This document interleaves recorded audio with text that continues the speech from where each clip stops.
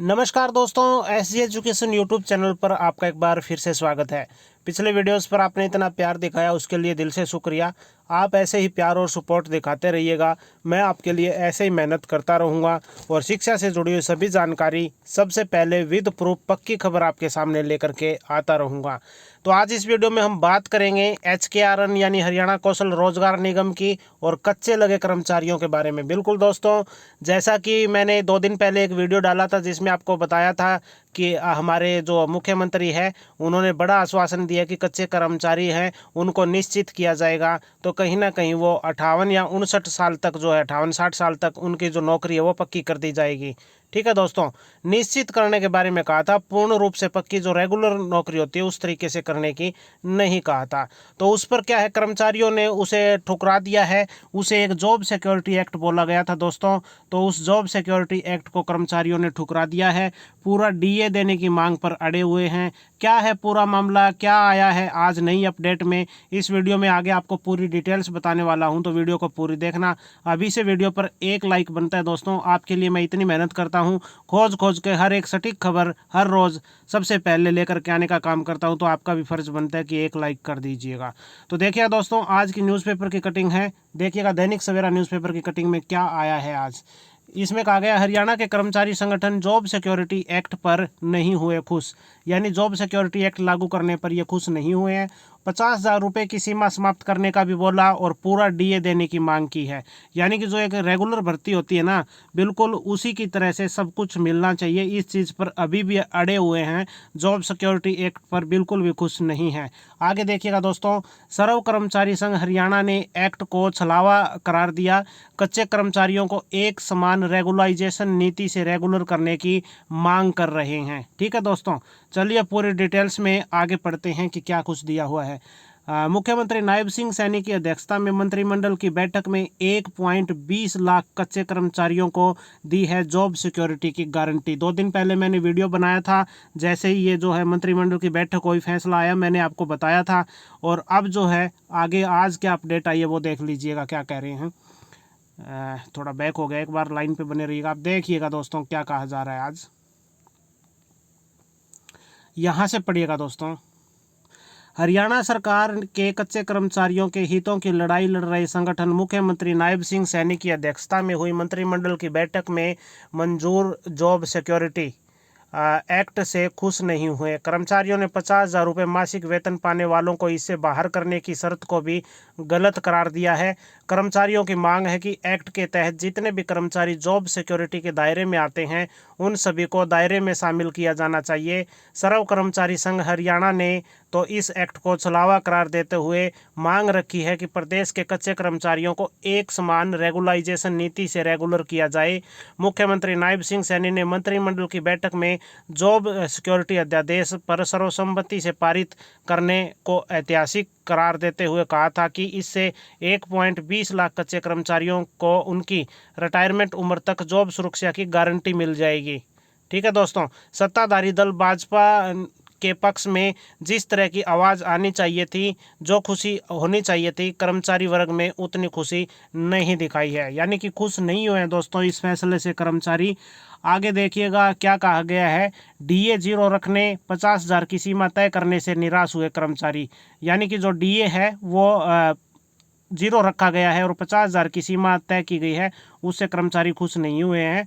मुख्यमंत्री नायब सिंह सैनी सरकार ने 1.20 लाख अस्थायी कर्मचारियों को सर्विस को रिटायरमेंट तक सुरक्षा देने का जो ऐतिहासिक फैसला किया है, उससे खुश होने की बजाय इस एक्ट का लाभ पाने के लिए पात्र कर्मचारियों में निराशा है।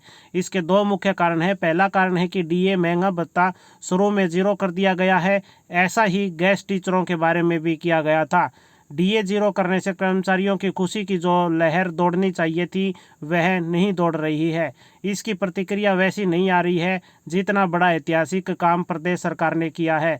इसके अलावा इस एक्ट में 50,000 रुपये या इससे ज़्यादा मासिक वेतन मानदेय वेतन पाने वाले अस्थायी कर्मचारियों को भी बाहर करने से कच्चे कर्मचारियों में नाराजगी बढ़ी है। कॉलेज में कार्यरत एक्सटेंशन लेक्चरर, हरियाणा राज्य शिक्षा परियोजना परिषद में राज्य सरकार के 100% फंडिंग बजट के अधीन कार्यरत कर्मचारी भी बाहर हो गए। कर्मचारियों का कहना है कि अगर सरकार ने जॉब सिक्योरिटी देनी हो तो उन कर्मचारियों को भी दी जाए जिनका वेतन मानदेय 50,000 रुपये से ज़्यादा है।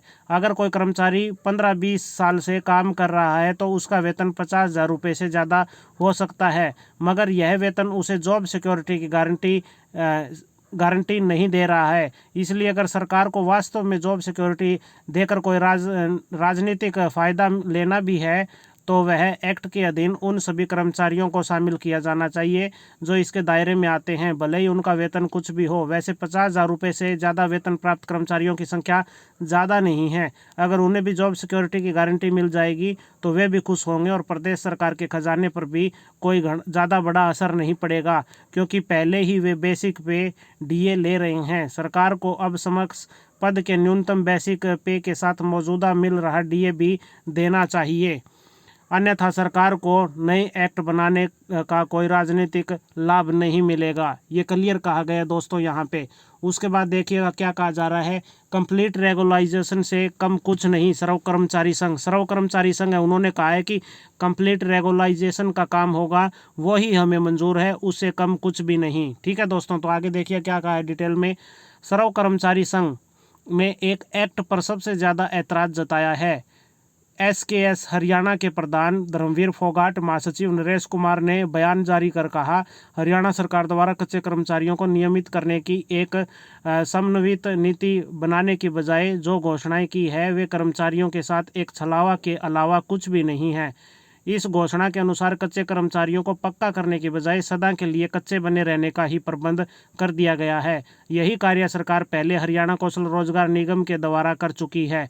अब इस प्रक्रिया के द्वारा ऐसा करने का प्रयास किया जा रहा है जिससे कच्चे कर्मचारी सदा कच्चे ही बने रहें और पक्का करने की मांग ही छोड़ दें। सरकार ने इस योजना के माध्यम से इन कर्मचारियों को किसी भी प्रकार के पेंशन लाभ से भी वंचित रखने का प्रबंध कर दिया है। सरकार के दावे के अनुसार कौन से 1.20 लाख कच्चे कर्मचारियों को इसका लाभ होगा यह स्पष्ट नहीं है, क्योंकि इसमें बोर्डों, निगमों, यूनिवर्सिटियों, स्थानीय निकायों, प्राधिकरणों, गैस वर्करों, पार्ट टाइम कर्मचारियों समेत किसी का भी जिक्र नहीं किया गया है। इसके अलावा केंद्रीय योजनाओं में कार्यरत कर्मचारियों का भी इसमें कोई जिक्र नहीं किया गया है। केंद्रीय परियोजनाओं के नाम पर इन कर्मचारियों के साथ अनुचित भेदभाव किया जाता है। इन परियोजनाओं में कार्यरत कर्मचारी हरियाणा सरकार के कर्मचारी है और हरियाणा सरकार के लिए ही काम करते हैं। बजट का प्रबंधन भी हरियाणा सरकार को ही करना होता है, इसलिए इन कर्मचारियों को भी हरियाणा सरकार पक्का करने की नीति में शामिल करे।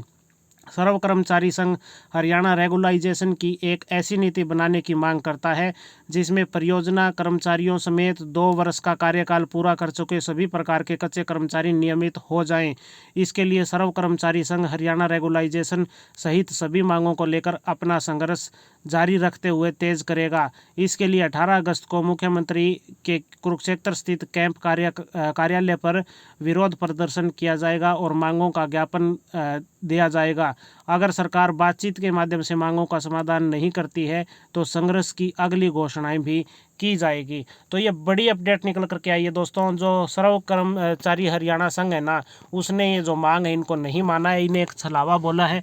उनका कहना है कि अगर सही तरीके से लागू करना है तो सभी कर्मचारियों को जो इसमें शामिल करना चाहिए रेगुलाइजेशन में, और उसके साथ साथ ये भी कहा कि सिर्फ 2 साल जिनको हो चुका है ना उनको सभी को पक्का करना चाहिए। यहाँ पर जो है 5 साल 6 साल ये कोई ऐसी कंडीशन नहीं रखनी चाहिए, और 50,000 सीमा तय की हुई है वो भी गलत बताई है। तो ये बड़ी अपडेट निकल करके आई है। आप इस बारे में क्या राय रखते हैं कमेंट करके बता देना। इस पर आगे जो भी नया फैसला आएगा आपको चैनल पर वीडियो मिल जाएगी। चैनल को सब्सक्राइब करके रख लो। मिलते हैं अगली वीडियो में, तब तक नमस्कार, जय हिंद, जय भारत।